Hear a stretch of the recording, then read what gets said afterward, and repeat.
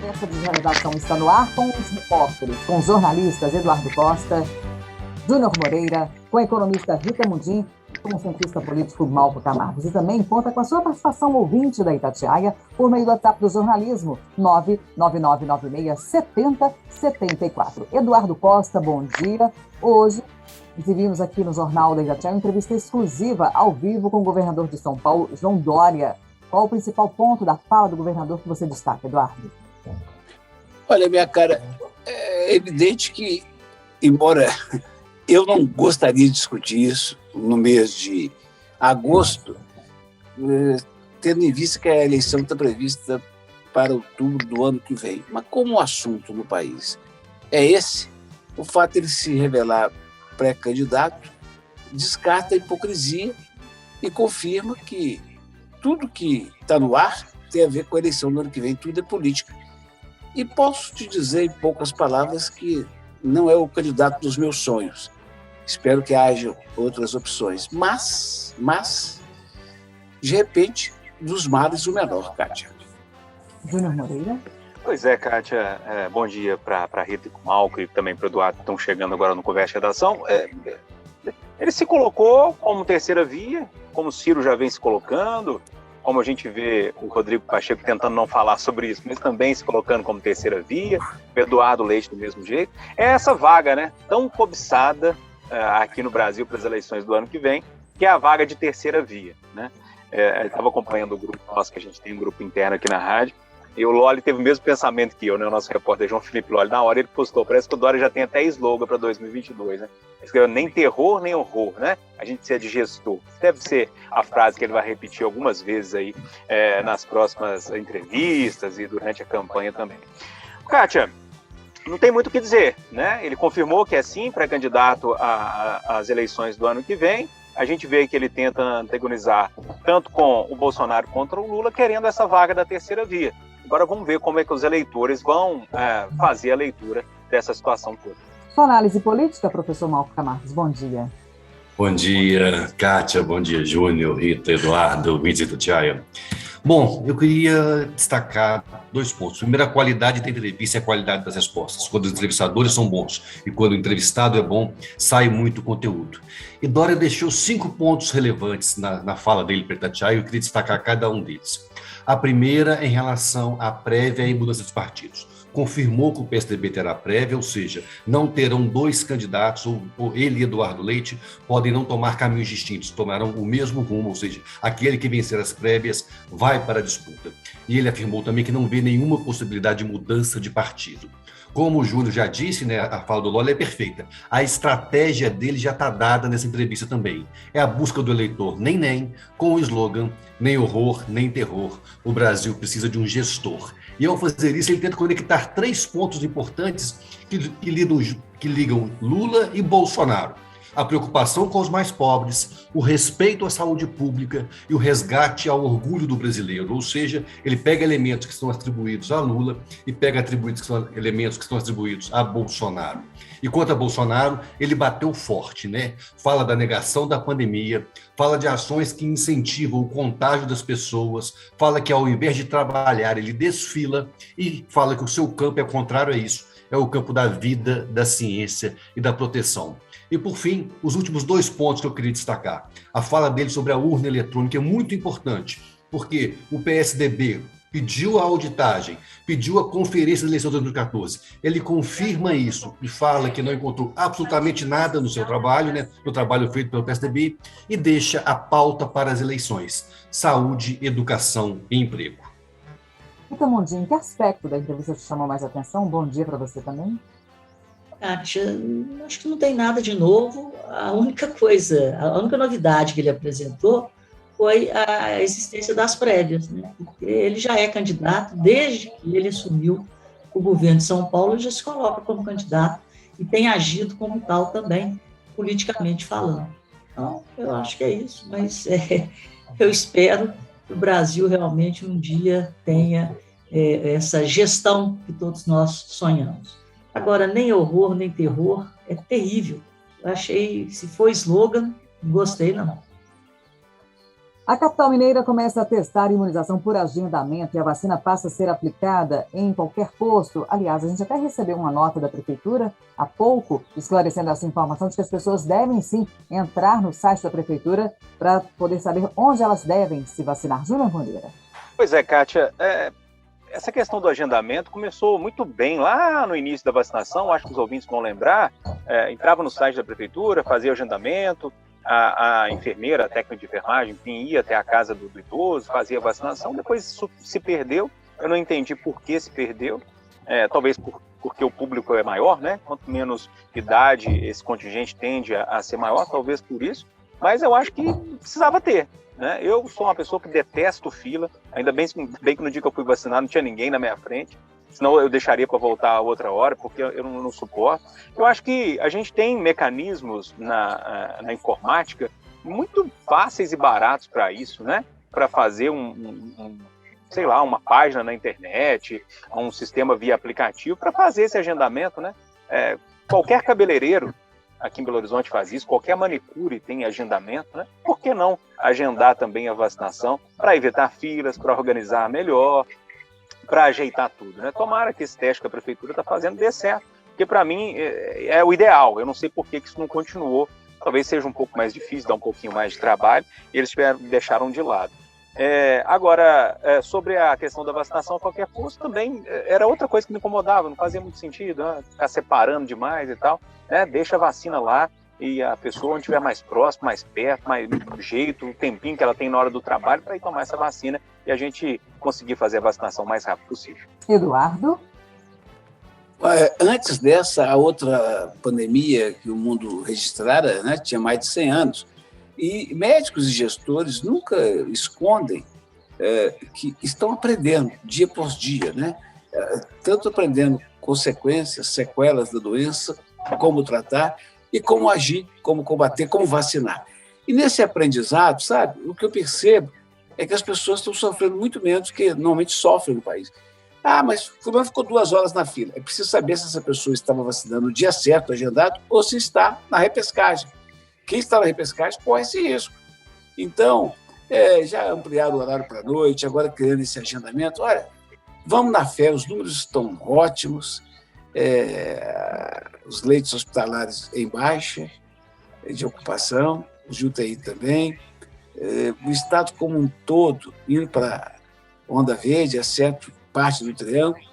Dias melhores virão e estão bem ali. E isso eu quero anunciar do fundo do meu coração numa sexta-feira 13 de agosto, Kátia. Você gosta de uma sexta-feira 13, né, Eduardo? Eu estava demorando para poder destacar que hoje é sexta-feira 13. O Alessandro, aqui de Belo Horizonte, o professor Malco Camargo, está dando uma sugestão para a prefeitura: vacinar com a segunda dose o pessoal da educação nas escolas. Um bom caminho. O professor estar mais próximo da escola, que é onde que ele deve estar, né? Se a vacina for no local de trabalho, melhor para ele. Eu recebi com muito otimismo quando eu vi a notícia da Prefeitura de Belo Horizonte, porque é um sinal. Quando acaba a segmentação, né? Quando acaba a fila ordenada por grupos específicos, é sinal que nós estamos completando o nosso ciclo e deixando a vacina disponível para todos e chegando a um lugar que só não vacina aqueles que não quiserem. E aqueles que não quiserem, certamente sofrerão muitas sanções do poder público e da iniciativa privada, porque o ato de vacinar é responsabilidade de cada um e contribuirá para que a gente possa voltar à normalidade o quanto antes. Ô, Júnior, antes de ouvir a Rita, chegou uma mensagem aqui para você do Vladimir de Joatuba falando assim: ô, Júnior, nem na prova do Enem o povo chega no horário agendado, imagina na hora da vacina. Mas é um problema cultural do brasileiro, que é outro problema terrível, né? Se eu odeio fila, eu odeio ainda mais atraso, a gente precisa mudar. Isso, Rita. Seria até didático, né? Eu acho que o agendamento, a tecnologia está aí para nos servir e para evitar que as pessoas percam tempo. A coisa mais preciosa hoje é o tempo. Então, se a gente conseguir, né, organizar e promover um agendamento, fica muito mais fácil para todo mundo. Agora, vamos voltar ao que o Malco falou. Houve, né, agora a segmentação está cada vez maior, né? Então, no mesmo dia, está vacinando isso e aquilo. Então, o processo é mais complicado, mas a tecnologia existe e permite essa organização, esse agendamento, uma melhoria, né, para o tempo das pessoas. E eu queria só abrir um parênteses aqui, Eduardo. Eu nasci numa sexta-feira 13, viu? Quase que 13 horas da madrugada, mas é muito bom. Sou que nem o Zagalo, adoro 13. 13 é galo, só. É por essas e outras que eu não acredito em azar.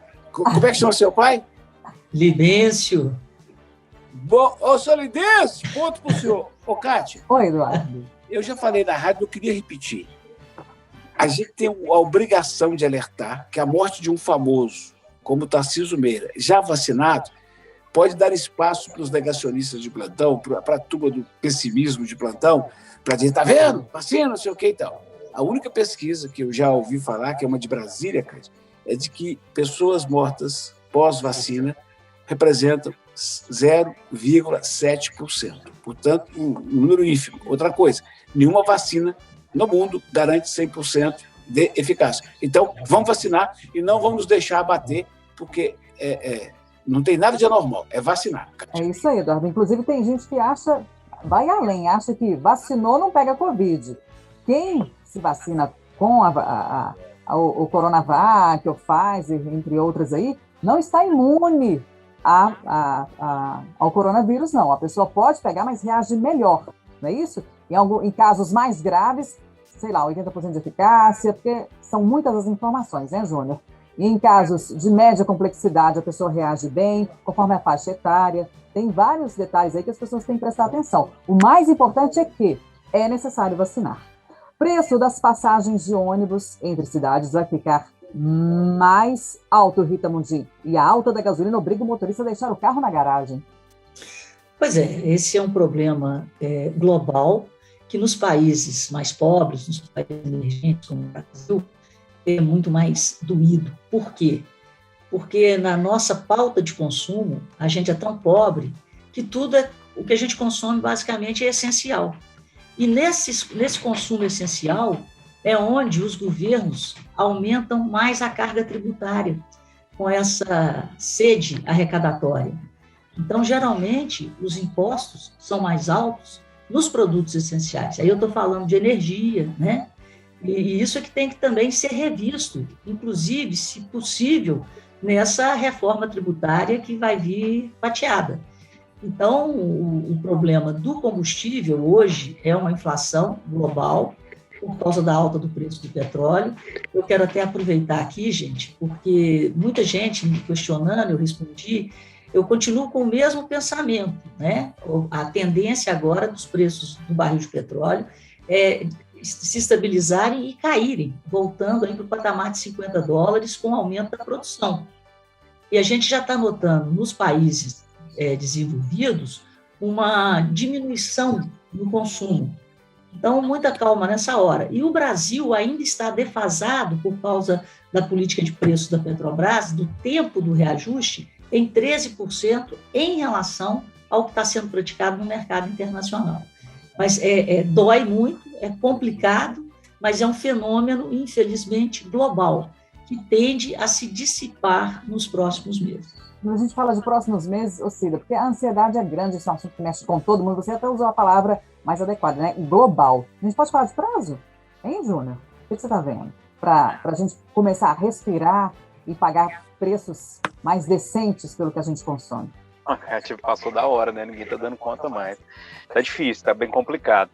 Kátia, mas eu queria focar nessa questão da passagem dos ônibus, que também é mais um aumento, né? Que a gente tem por aí, que é um aumento programado, mas um aumento estranho no momento de uma guerra entre fretamento e empresas de ônibus, né? A gente está nessa discussão esses dias todos sobre esse assunto, lá na Assembleia só se discute isso.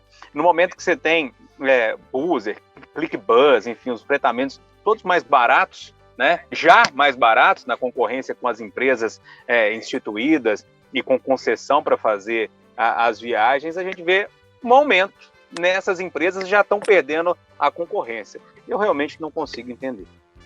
Eduardo Costa, dá para explicar? Não, o aumento dá para explicar, é uma compressão, é um sufoco, né?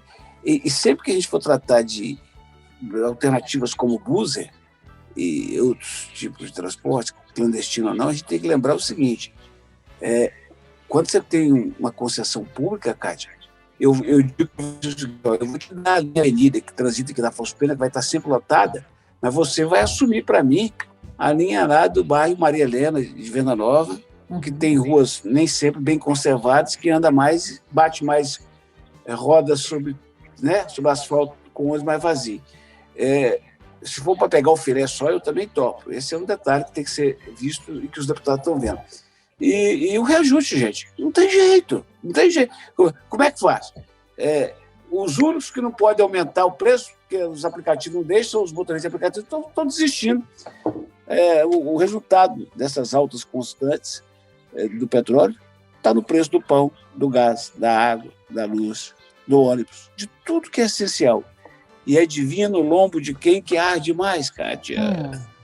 Eduardo Costa foi elegantíssimo, dizendo que o Maria Helena tem ruas nem sempre bem conservadas. Foi assim, uma elegância, uma sutileza, né? A gente entende muito bem. É só porque lá tem filho ilustre. Lá tem morador ilustre, viu? Obrigada. Professor Malco.